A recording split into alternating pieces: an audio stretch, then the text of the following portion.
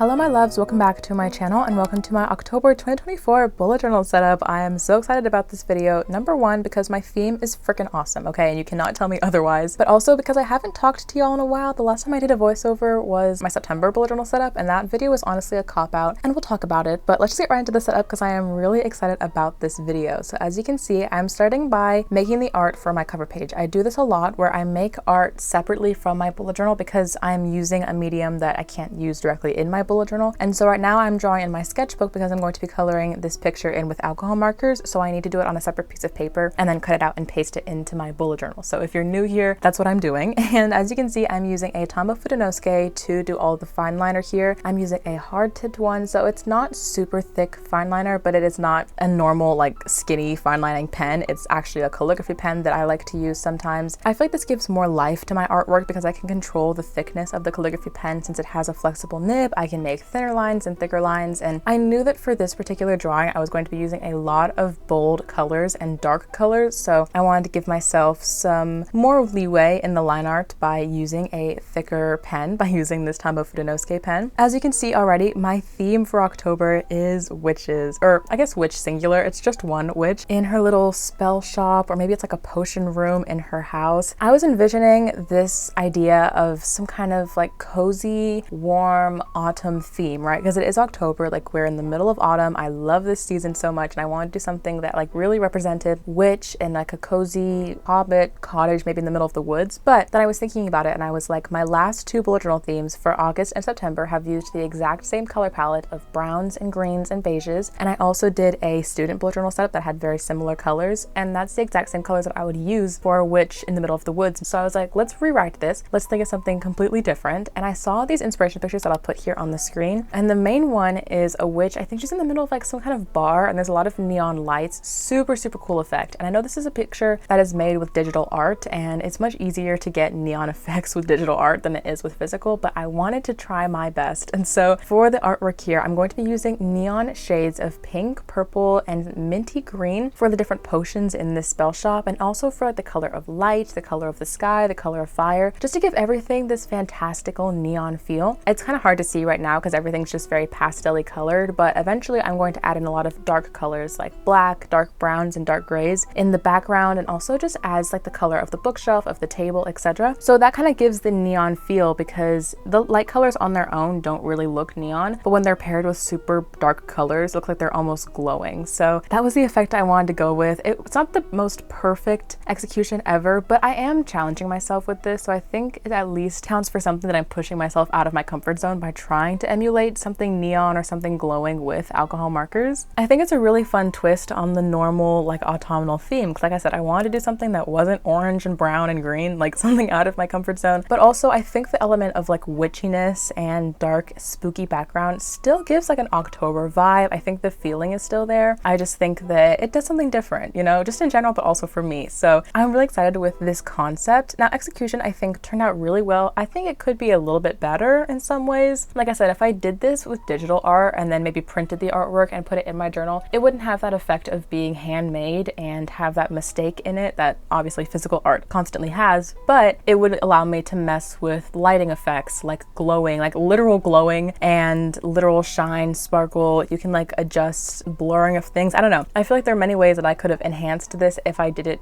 digitally, but whenever I do art for my bullet journal, I want to do it physically because I think the point of a bullet journal is to have some artwork that you literally made on the pages, or on a page, in this case a page of a sketchbook, and created. I have nothing against digital art by any means. I went through a huge phase in my life where I loved digital art. I really haven't done it in like the past year or two, but I still appreciate it. I think it's gorgeous. I think it can be so creative and beautiful. But just for me, with my bullet journal, like I'm embracing the fact that there are going to be mistakes. It's not going to be perfect, and because of that I just want to stick to my traditional handmade pen on paper, physical paper kind of art, if that makes sense. But yeah, I hope you guys really like this theme idea. It's pretty cool, I think. Pretty original as far as October themes go. And if you guys want to recreate this theme any at all, feel free to. I would love to see your spreads. I always love to see anyone who recreates my spreads. It always brings a smile to my face. And if you do, like, post it so I can see it, make sure to tag me or, you know, send it to me or something, because I would love to see what you guys create if you decide to create this one or any other of my past themes. To talk for a second about the more technical steps behind this drawing, like how I was trying to get the neon effect, I said that, you know, the pastel colors really pop whenever you contrast it with a dark background. So I spent a lot of time just filling in the background here with black. I brought a black Ohuhu marker from my house when I went home for the weekend a couple weeks ago, and I have it, but unfortunately I grabbed the one that was almost dying. I have like 3 of the same color at my house, but I picked the wrong one, and so this one only lasted me like half of the drawing, and then I just pulled out a random Sharpie that I had that did the exact same job. Like, it's a black alcohol marker, so it's not Ohuhu, but it still works for the background. Every other marker color you're seeing in this picture is an Ohuhu alcohol marker, and they're not sponsoring this video, but I do always have a code with Ohuhu, so if you want to check them out, I'll put the code here on the screen so you can get some money off your purchase if you do buy a Ohuhu. Again, non-sponsor, just letting you guys know. But the Sharpie also works just as well, even though it's a little ghetto to fill in the background of this image. So basically, you can see that the witch is standing kind of in front of a bookshelf next to a table, and there's also a cauldron next to her, and then there's also a window. And in the sketch, I just wanted to keep adding more little bottles and shapes, and in my head there are like spells and potions and, you know, brews and stuff in these little bottles that she keeps. I don't know if she's selling them or if she just has a collection of them for herself. Maybe she uses them for her own personal needs. I don't know. There can be a whole backstory behind this character here, but whenever I draw for my bullet journal, even if I draw a character, usually she's not named. So if you guys have any name suggestions for this witch that I think I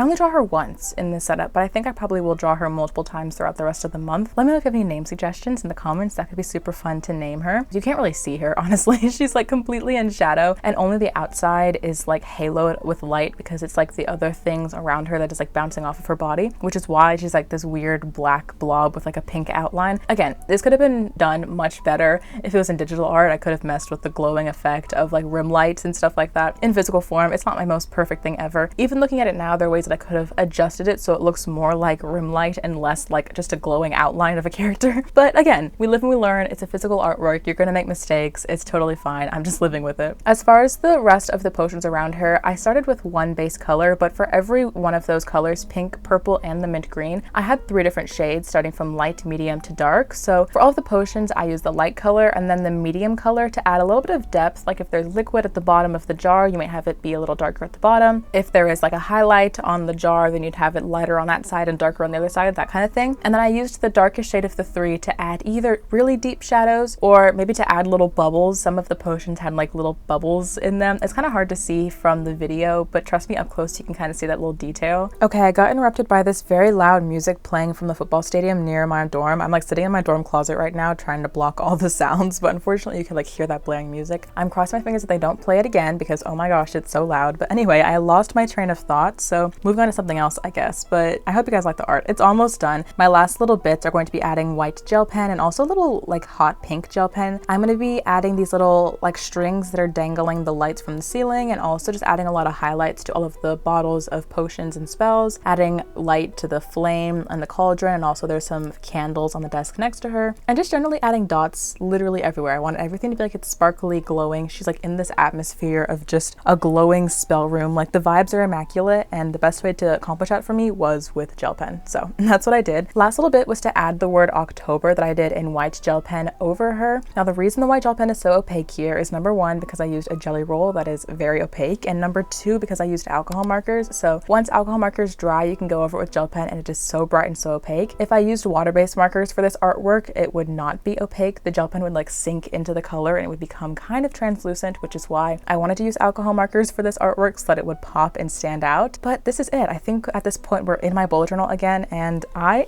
really liked how this turned out. So this is the entirety of my cover page, literally. Like I'm just pasting this right in the middle of the spread, and that's gonna call it good. I'll come back to it later and add little bubbles around it, but besides that, we're gonna move on to the calendar page now because that's really all I needed to do for the first page in the setup. Oh, the music is starting again. I'm actually gonna run my head into the wall. Oh my god, shut up. Oh my god, I think they finally shut up. Please tell me they shut up. I need to film this. I have no other time to do this. It's Thursday. This video goes out on Saturday. I need to film this. Oh my gosh. Okay. Calendar page. We're in the calendar page. So you guys didn't see me make the other pieces of artwork for this video. I made 2 other, one long tall one that you've seen right here and one square one that's gonna be on the next page. I didn't film it because it took me so long to film that first piece. It just would be faster for me to just do it on my own off camera. But it literally was the exact same technique that I used on the first page of doing the light colors first, then the dark colors, then the shadows, shadows than the glowing gel pen things. So really very similar to everything else. On the bottom right of this spread, you can see that I'm doing a little tiny mini drawing. So I have a book, stack, and a couple potions, a little cloche with a mushroom in it. I'm thinking this is like some glowing, maybe poisonous mushroom kind of thing. And then also a plant next to her. They're also neon green, which is kind of fun. This one I drew directly into my bullet journal because I'm just going to be using water-based markers to color this one in. It's a small enough drawing that I was okay, like not adding all the extra details that the alcohol marker bits have. And I just wanted to do something to tie in the art from the left side of the spread to the right, which is why I have this little drawing underneath where the calendar is going to be. You'll see it drawn and actually colored in just a moment. And then you guys just watched me like cut out these little black pieces of paper, and that's because I also wanted more contrast in the spread. So as you can see, the left side of the spread is very dark and heavy with that one piece of artwork, but as far as the rest of it goes, I was just going to draw a calendar, and I was like, that's a little boring. So I cut little pieces and squares of black paper, and I'm going to use those for a couple of the days in my calendar. So as you can see, as I'm drawing the pink squares out now, every day in the calendar is going to be drawn separately. It's not like one big grid, it's all individual boxes. And so some of them are going to be pink and dark pink, some of them are going to be purple, some of them are going to be green, some of them are going to be black, and then some of them are literally just going to be squares of black paper. In order to write on those days, I either have to use like a gel pen, like a white gel pen, maybe a hot pink one or something to make it show up, but that's totally fine. I can make do with that because I have them on hand with me. But this just, in my opinion, adds more interest to the spread, to add some more color, because like I said, the color is really a big part of this theme because it just stands out so much and it's so different from my last couple of spreads, or my last couple of themes, excuse me. But as I'm like pasting in these squares of black, it like really solidifies the rest of the spread. I think it adds contrast, it adds that darkness in, but not too much, and it also just adds something fun and original that I don't have in my other themes. And now that the entire calendar is there, you can see how that little picture at the bottom with the potions, the plant, the stack of spell books, those kind of things kind of nestles in perfectly because October ends on a Friday, I believe, no, a Thursday. And so we have 3 days at the end of the week that is not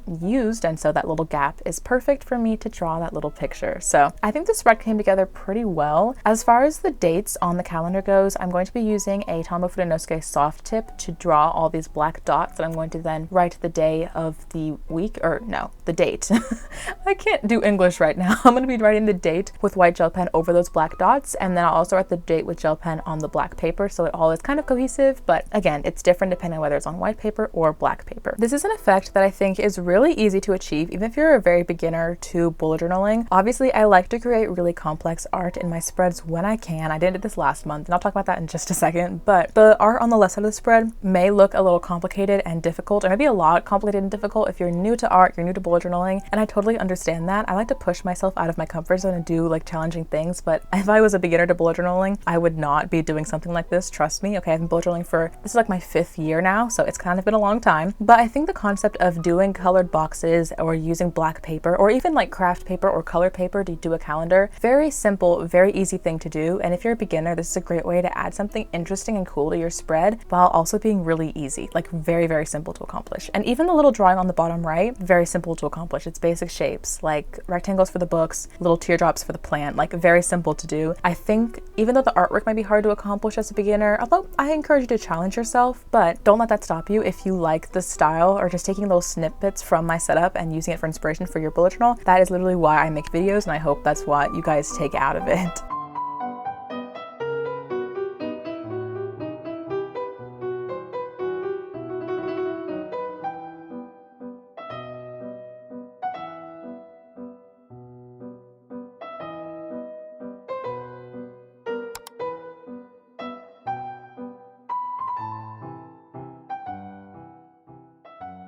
So as I move on to the next spread here, which is going to be an academic planner on the left and a tracker spread on the right, I wanted to talk about my last month setup. So for September and my September bullet journal setup, I did something very, very simple. It was a lot of brown fine liner and really classic fall vibes because I'd actually filmed an entire setup where I did an Apollo and Artemis theme, and I planned out the whole thing, and it was very detailed and took me a long time, but I ended up not liking it. So I scrapped it, tried something else, and coincidentally that same day, Hubman and Chub Girl, the brand, had sent me a pack of their journal kits with lots of pumpkin stickers and lattes and pies and leaves and things. So I basically used their stickers to decorate all of my spreads last month. Now, was it efficient and helpful in making spreads fast? Yes. However, I felt very creatively deflated this past month because I felt kind of sad that I didn't get to create something original and creative. I was basically just using stickers and stuff. And also I felt like my spreads that I was making for you guys just weren't very original. Now, this is not to say that using stickers like this is a bad idea. I really did appreciate it for its efficiency and everything, However, when I am a content creator, I have to think originality. So I'm proud of myself for this month. It wasn't my idea completely. I took inspiration off the internet, of course, but I like that I could create spreads coming from my own head and like try something new and challenge myself. Again, nothing wrong with using stickers and washi tape to make a bullet journal spread. It's an absolutely valid way to decorate your spreads and make really cool art, and I really do appreciate having those stickers there last month. But again, I'm really glad that I could do something cool this month, and I hope you guys really appreciate it. I hope you like it. Comment down below if you do, or what your favorite spread is, and also let me know what your October bullet journal theme is for this year. I'd be really curious to know and hear all of y'all's ideas too, because y'all are also super creative, and just sharing ideas with each other is like the best part of this bullet journaling community.